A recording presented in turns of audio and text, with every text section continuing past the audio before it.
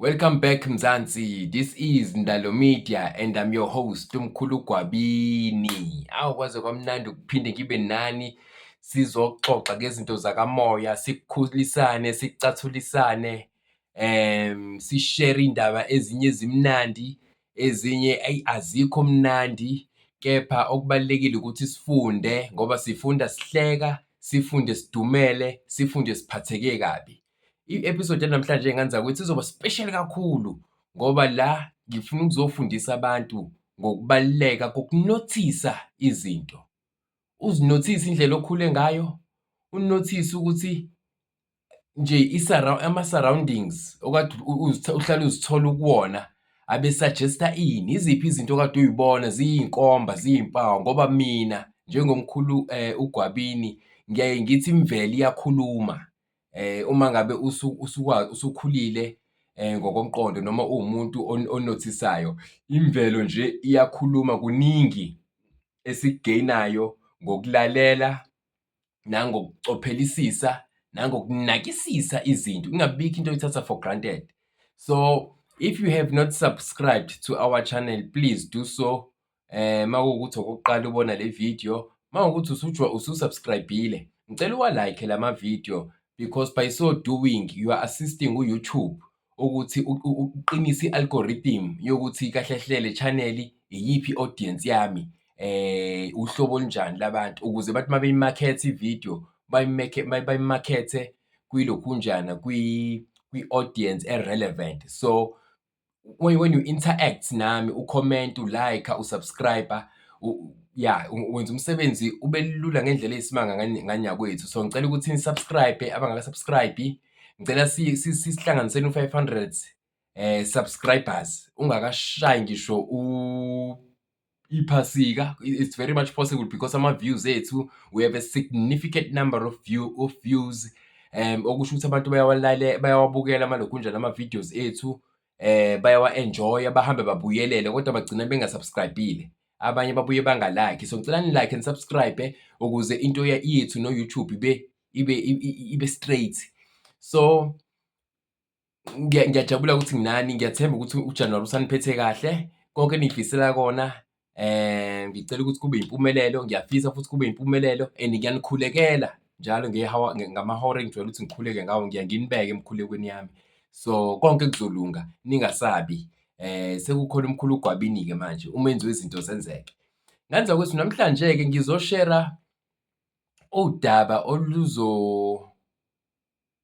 angiyalazi luzonibanga i-chicken skin. Abanye benu bazoba ne-chicken skin, abanye benu bazovukelwa ama-minute ngezinto asebedlule kuzona empilweni. Kepha khumbula ukuthi le video le ngihlose ukuthi ngithi kuwena njengombukeli ekhaya, ojwayele ukufunda izinto, unothise izinto, ngoba imvelo ihlala ikhuluma nathi ngaso sonke isikhathi. Ubuwena uzazi ngama-surroundings akho, ama-surroundings akho ayakuchaza ukuthi nawe unjani. So I know at this stage kusayinto engathithi angizwakali ukuthi ngithini, kodwa ngicela ningilalele. Ngizozama ukuthi ngibe mfishane kule video kakhulu nganzakwethu. Ngizoshare nje isitori esikhombisayo ukuthi bheka abantu osondelene nabo, iy'nkinga abadlula kuzona labo bantu. Kungaba abangani, kungaba abantu othandana nabo, kungaba abantu mhlampe ama-colleagues osebenza nabo kodwa uvesane ube close nalabo bantu. Baqaphelisise labo bantu ngoba lezi y'gulo ozibona kubona, the likelihood is that nawe unaso leso sigulo. Amadlozi namathonga asigrupha ndawonye, asigrupha ngokwemimoya nangokwelokhunjana nangokwamandla ethu, ngenhloso yokuthi sizolekelelana ngaso sonke isikhathi, sikhulisane, silaphane, sikwazi ukuthi sijabulise labantu abasembethe. So lana nganzakwethu ngithe mina ngikhule, ekukhuleni kwami abaningi bayazi-ke, seke ngashera kwamanye amavidiyo ukuthi ngikhulele e-Edendale. Kunendawo ekuthiwa ise-Edendale ePietermaritzburg, la e-KZN, kuthiwa ise-Edendale. Abanye bathi ikaMachibisa, abanye bathi ise-Moscow. Kukhona-ke i-section ekuthiwa i-Moscow neMachibisa. So ngikhulele lapho-ke isikhathi esiningi ngiy'fundela nje ey'koleni enjengo-Nichols, i-Nichols Primary ngafunda mina khona. I-Nichols isahlangene ne-Edendale Technical College kudala. Kwaze kwaba i-Nichols iyathutha e-Edendale Tech iya kuphi? Iya la ekhona khona i-Nichols esizimele ngenzansi kwehholo ekuthiwa iseThuthuka. Ya kanzakwethu, so bengifunda lapho-ke. So ekukhuleni kwethu-ke thina bekunemfula-ke ngasemakhaya, kunezibi ezaziwayo ey'dumile. Ukuthi nje hhayi akudlalelwa kulibuyayo lapho. So ukukhula kwethu bekuba khona iy'khathi la makushisa sihambe siyobhukuda, sihambe siyobhukuda, sibuye ntambama emakhaya sikhathele. Kuney'gigaba-ke bezenzeka-ke lapho. Ngicela niqaphelisise-ke manje uma ngabe ngikhuluma. Inhloso yale vidiyo ukuthi ngithini mina kuwena? Ungayifunda impilo yakho ngokubheka ama-surroundings. Ungayifunda impilo yakho u-diagnose zonke iy'nkinga onazo. Ngani? Ngokunothisa uhlobo labangani njalo wena oba-attracted kulona noma olusondela kuwena. Nanohlobo labantu oba-date-ayo. Ungazifunda nawe uzi-understand-e kangcono ngokuthi uqaphelisise labo bantu eduze kwakho ukuthi yiziphi iy'ngqinamba ababa nazo, imaphi amandla abanawo, nawe usuke umdibi munye nawo. Amadlozi amathonga ethu nabantu abadala banale ability le. I think igenge eyafunda ka-social science kunalento leti enithi mase senifundile mhlambe seniko-advanced degree, senenze o-advanced level, kuthiwe i-taxonomy, the ability to classify things accordingly. So amathonga ethu, amadlozi ethu analeyo ability-ke yokuthi siyamaqoqo ngokwey'gulo zethu, siyezwana. Now ekukhuleni kwami-ke bekukhona umngani wami esasikhonzene naye kakhulu nje sikhula ekudeni. Wayethanda ukuyobhukuda-ke yena. Mina ngangifika ekubhukudeni kodwa ngangingemandla kakhulu. Bona babekwazi-ke ukubhukuda ngale ndlela yokuthi babeke badlale khona umdlalo ekwakuthiwa yingwenya. Umuntu abhukude, baminze bacashelane, macashelana kodwa wasemanzini. Ayi, njalo-ke makushisa ngama-weekend siphume-ke sihambe siyobhukuda. Hhayi, ifike le nkunzimalanga le. Ifike le nkunzimalanga, hhayi kubhukudwe kudlale le ngwenya. Kodwa le nkunzimalanga siyinothisa nabanye abangani ukuthi ayi, ngeke lo muntu lo ngaphandle kokuthi uyakwazi kushuthi ukubhukuda, kodwa wayenenye i-ability yokuthi acwile emanzini, asithele isikhathi esingekho normal, eside kakhulu, esingacishe sithi mhlampe it's humanly impossible ukuthi ungacwila emanzini isikhathi esingako. Kodwa le nkunzi yayihlale nje makudlala ingwenya, nani ifuna nize nikhathale, ibicashe emanzini phakathi, ingene nani kade ningene. Nina manicasha, nivala amakhala nicwile leso sikhashana, nibuye nibheke nizwe ukuthi hhayi, masuzwe ngasithi hhayi amanzi asedladla, uyazi ukuthi khona-ke osenjani, osebanjiwe kwingwenya, seniyaphuma-ke senidonsa umoya-ke. Uyabona lowo mdlalo. Hhayi kodwa le nkunzimalanga yayimngani wami, hhayi yona yayicwila isikhathi esingajwayelekile. Icwila isikhathi ize iqhamuka kwesikade ivumbuka. Masivumbuka, yabona umfula esasiwusebenzisa kunale ekuthiwa khona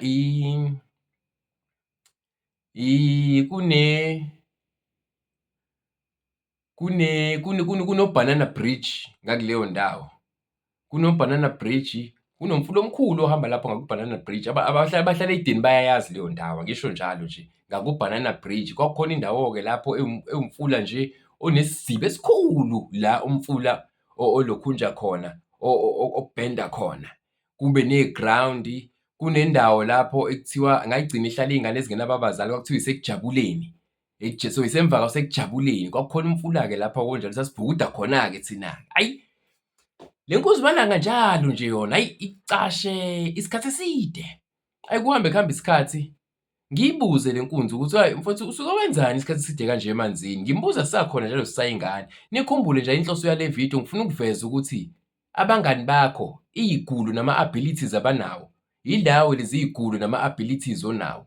Ngoba idlozi lethu, in fact abantu abadala, banokusi-classify-a according to ama-abilities ney'gulo ngenhloso yokuthi sizo-understand-ana siswane, sikhulisane, sambulelelane ulwazi, siphinde siphane i-energy yohlobo siyishere ndawonye equally, yangithi.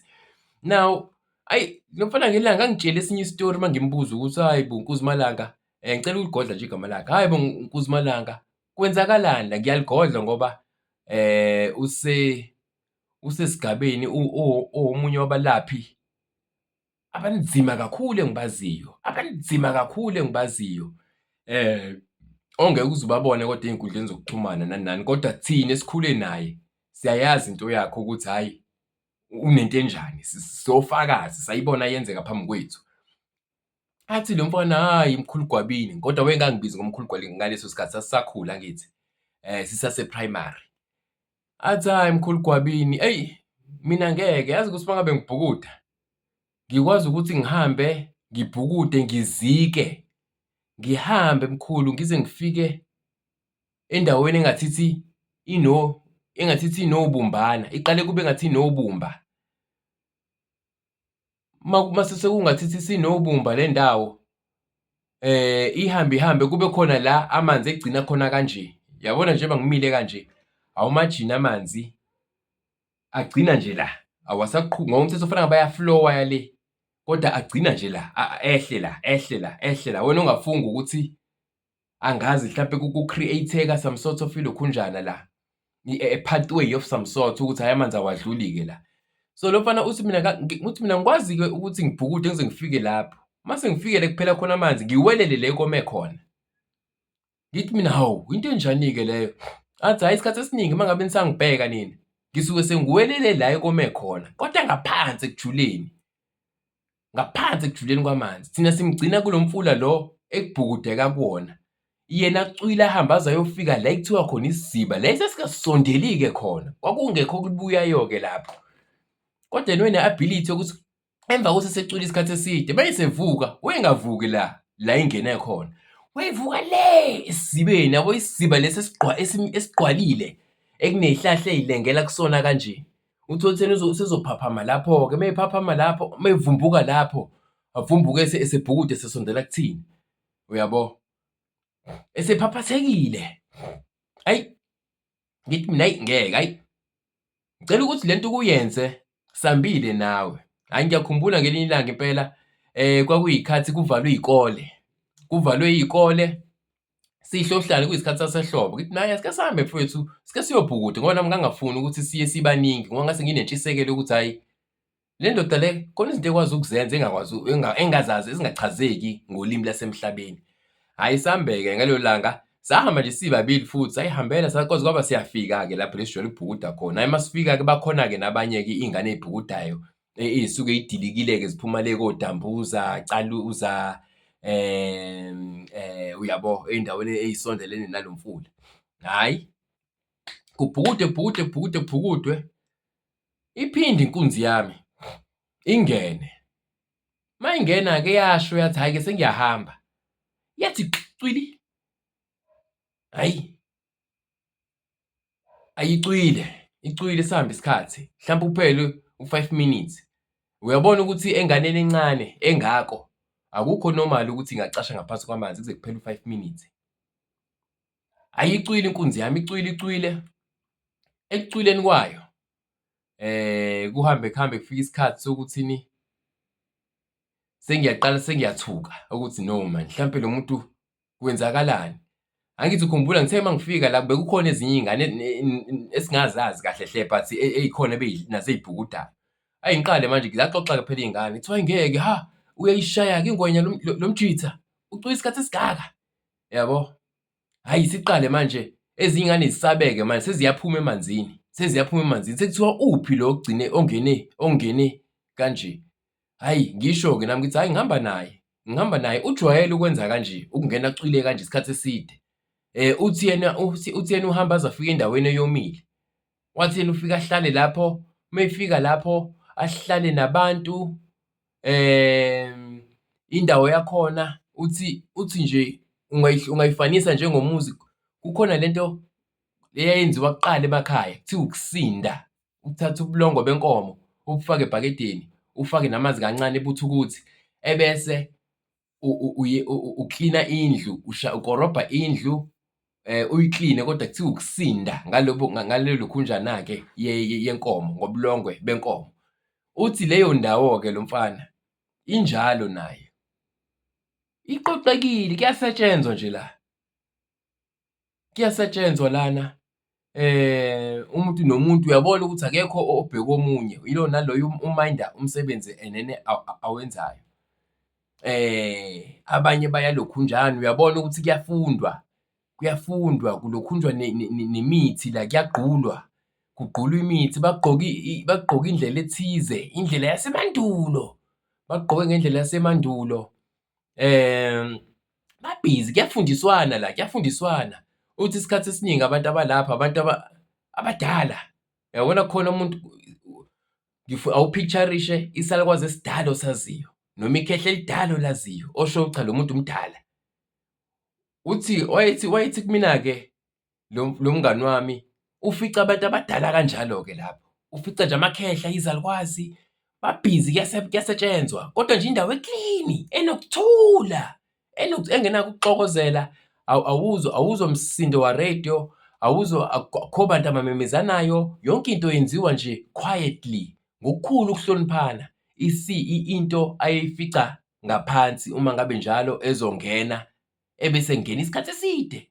Weke angene kuphele u-2 hours, angene kuphele u-2 hours, kubizwe abakubo, kubizwe omakhelwane, ahlala abuye ay'phumele.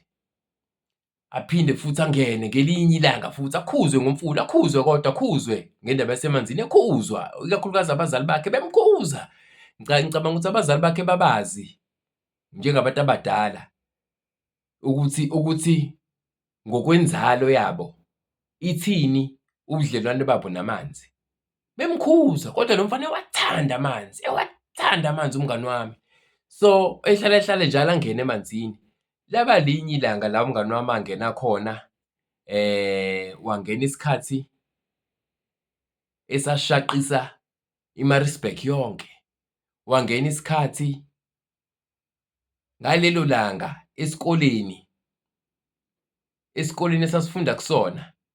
Kwathi makufika iy'ndaba zokuthi uloke engena emanzini izolo ngey'thuba zabo-2 kuze kube inamhlanje njengoba sikwi-assembly ku-Monday, wayekade ebhukude kuyisonto. Njengoba kuyi-assembly, sikwi-assembly esikoleni eNichols ku-Monday.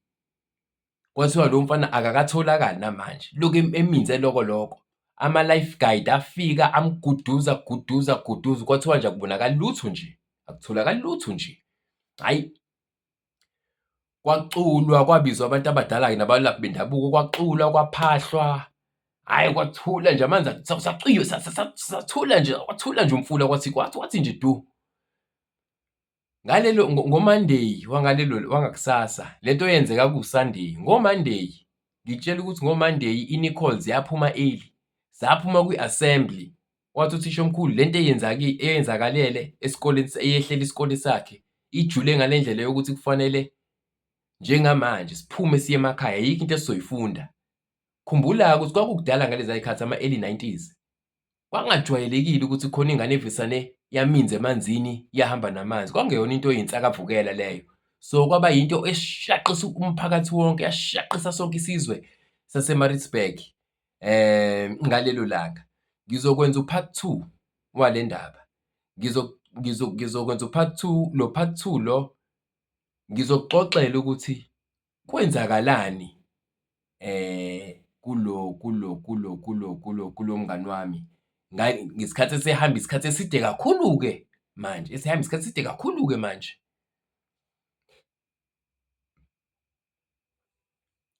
So ngale video y'ngane zakwethu bengizama ukunifundisa ukuthi you can predict ubuwena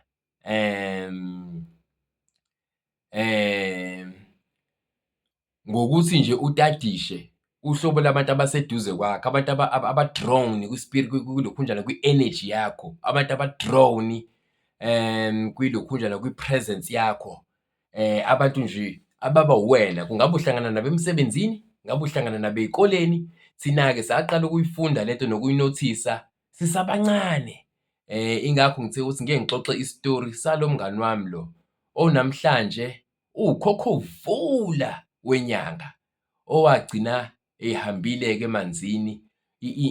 Shuthi ukuthwasa kwakhe konke wakwenzela kuphi na? Emanzini. Sasingazi-ke sisebancane ukuthi yindaba ngibe mina umngani kakhulu nalo mngani wami, kanti kuzohamba kuhambe nami ngibe sesigabeni sempilo la engifunda khona izinto kakhulu zakamoya, ikakhulukazi izinto ey'phathelene namanzi, ukudonsa komoya, ukuhlukahlukana kwamandla akamoya. Ngani zakwethu, this is Mkhulu Gwabini. Ngiyathemba ukuthi si-enjoyile isitori engisixoxile namhlanje. Nikhumbule ukuthi siya-like-a, siya-subscribe-a, siya-share-a. Kuzoba khona i-episode ezolandela noma ngizokwenza kube u-part 2. U-part 2 ngizonixoxela ngomunye futhi umngani wami engangizwana naye kakhulu, kodwa yena kwakowasemakhaya eMpendle. Naye futhi ngikhuluma nje uwukhokhovuya wenyanga. Bonke labantu babe abangani kumina, bengi-close nabo. Khumbula ukuthi le video bengitheni kuwena, nakusisa abantu abaseduze kwakho bayinkomba zokuthi wena ubani, ngoba lokhu abanako okubona kukona nawe unako lokho. Siyabonga kakhulu ngani zakwethu. Till next time.